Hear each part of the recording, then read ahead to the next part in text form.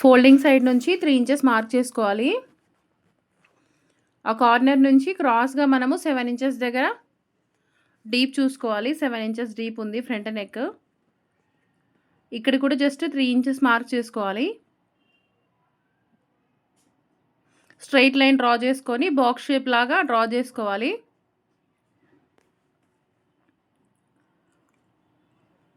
ఇక్కడ ఒక half inch నేను పైకి డ్రా చేస్తున్నాను. ఎందుకంటే అందులో 1 ఇంచ్ విడ్త్‌తో కట్ వర్క్ ఇవ్వాలి.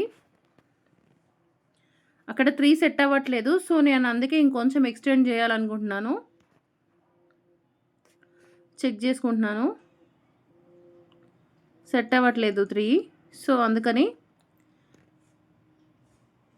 First curve and second curve, third curve కూడా డ్రా చేసేసుకొని జస్ట్ క్రాస్లో తీసుకుందాము. స్క్వేర్ షేప్ తీసుకోవట్లేదు. 3 పాయింట్ నెక్ లాగా ఉంటుంది.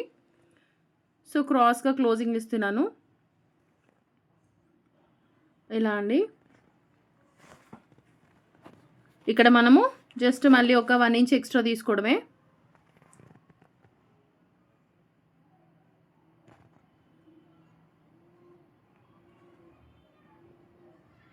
అక్కడ ఒక హాఫ్ ఇంచ్ కింద నుంచి కట్ చేసుకోవాలి. ఈ కట్ వర్క్స్ నీట్గా కటింగ్ చేసుకోవాలి.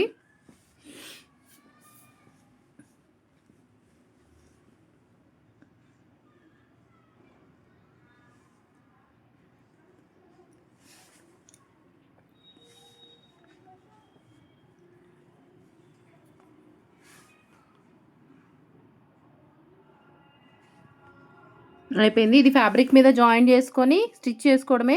వీడియో నచ్చితే లైక్, షేర్ అండ్ సబ్స్క్రైబ్.